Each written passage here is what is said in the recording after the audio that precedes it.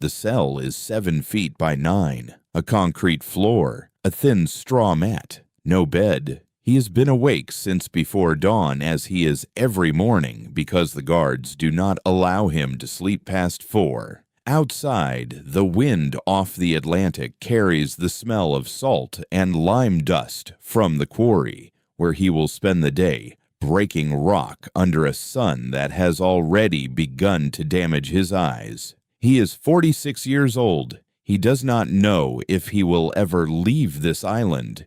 He does not know if the country beyond the water will remember his name, or if history has already quietly closed the door on him. He picks up his tools and he goes to work anyway. Perhaps you've had a season like that in your own life. Not a prison cell, but a stretch of years where the outcome was not promised, and all you could do was keep going, one ordinary day after another, and trust that it would eventually mean something. Good morning, and welcome. Today, we're going to spend some time with a man who spent 27 years learning that patience is not the absence of power. It is power held very still, waiting for its moment.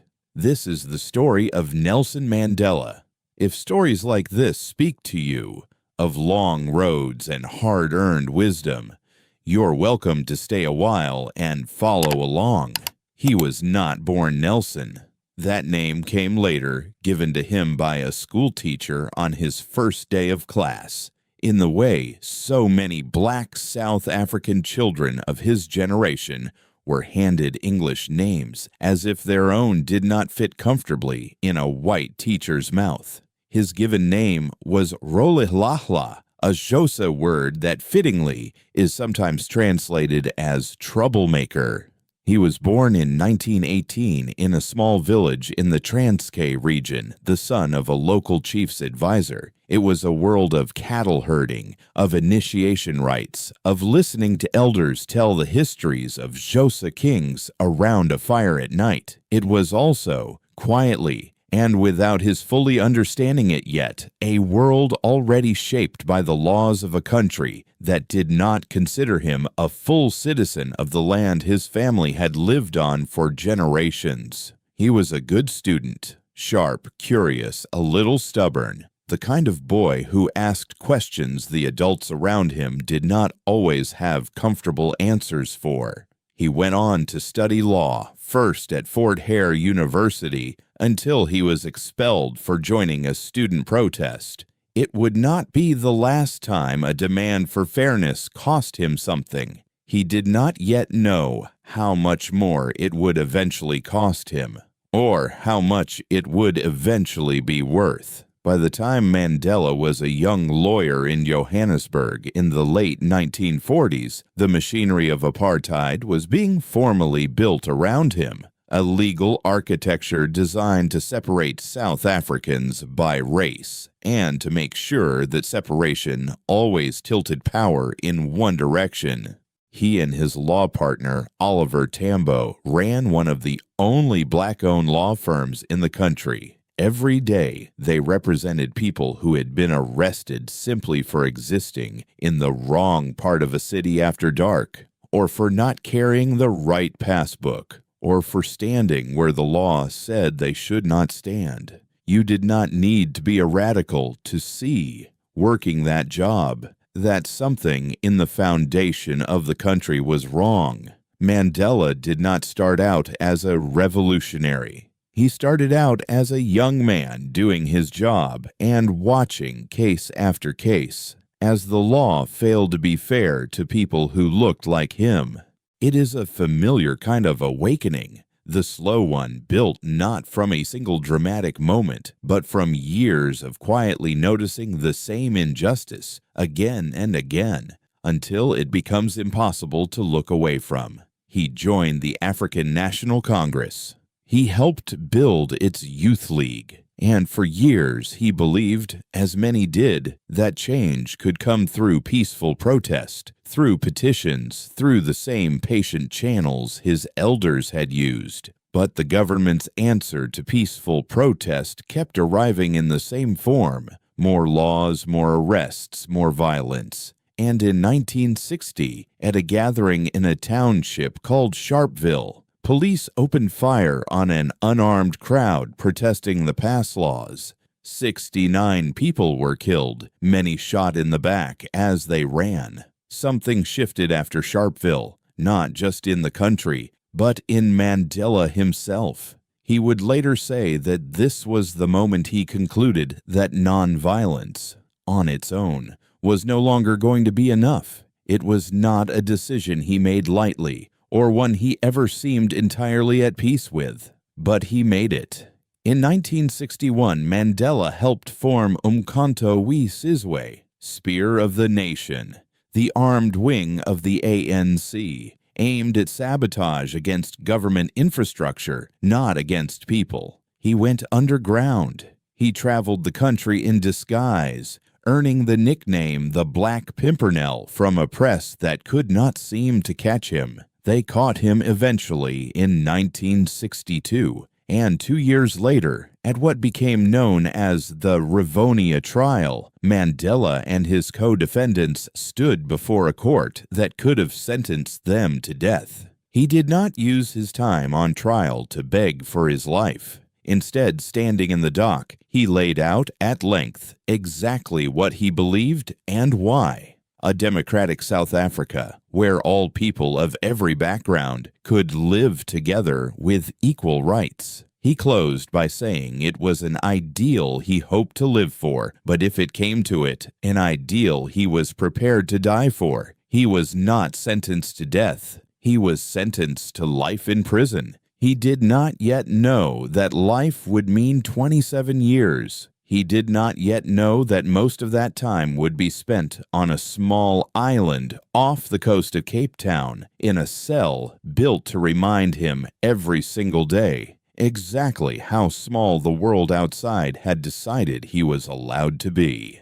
This is the part of the story most people think they already know, and the part, I think, that deserves the most patience in the telling, because the headline version, "He went to prison and came out president," skips over almost everything that actually happened in between. For years, he broke rocks in a lime quarry, work that permanently damaged his eyesight from the glare. He was allowed one visitor every 6 months, and one letter every 6 months, a letter that prison censors would often cut apart with scissors if a single line displeased them.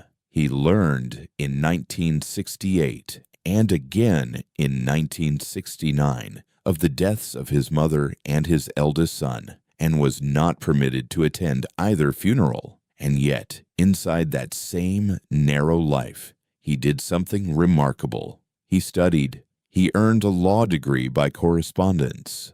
He learned Afrikaans, the language of the very government that had imprisoned him, not to please them, but because he understood that if he was ever going to negotiate his country's future, he would need to understand the people on the other side of the table as well as they understood him. He mentored the younger prisoners around him. He debated philosophy and history with fellow inmates late into the night. Robben Island became known quietly among the prisoners themselves as the university, because so much genuine education and so much genuine leadership was being formed inside those walls, even as the men who built the prison believed they were simply erasing a threat. Somewhere in the middle of all those years, something else was happening outside the prison walls that Mandela could not have fully seen from his cell. The world was starting to watch. Anti-apartheid movements grew across the globe. Boycotts, sanctions. A young generation abroad who had never met him were putting his face on posters and demanding his release. But the hardest years were still the quiet ones, the years with no letters, no visits, no news at all of whether any of it was working. By the late 1980s, the South African government, under mounting international and internal pressure, began quiet, secret talks with Mandela. Still a prisoner, still officially an enemy of the state, he negotiated from inside a cell the terms under which he might one day walk free, and the shape of the country that might follow. On February 11th, 1990, Nelson Mandela walked out of prison a free man. At 71 years old, having spent more of his adult life behind bars than most people spend building an entire career. He did not walk out angry. That is, perhaps the detail that still stops people in their tracks. After 27 years, after the missed funerals, the damaged eyes, the stolen decades, he chose, deliberately and repeatedly, reconciliation over revenge. It was not naivety. He understood exactly what had been taken from him. He simply seemed to understand something else, too. That a country built on a fresh wound of vengeance was not a country that could actually heal, and that he had not survived 27 years just to spend whatever years remain tearing the place apart out of bitterness. In 1994, in South Africa's first fully democratic election, the first time in the country's history that people of every race could vote, Nelson Mandela was elected president. He served a single term. He could very likely have stayed in power far longer. He chose not to. In a part of the world where so many leaders had clung to office until death, Mandela stepped down voluntarily in 1999, handing power to the next generation because he believed a strong democracy needed to be bigger than any one man, even him. As president, he formed the Truth and Reconciliation Commission, giving victims of apartheid-era violence a public place to be heard, and giving perpetrators a narrow path toward amnesty if they told the truth. It was not a perfect process. Some felt it asked too much forgiveness of the wounded and too little accountability of the guilty.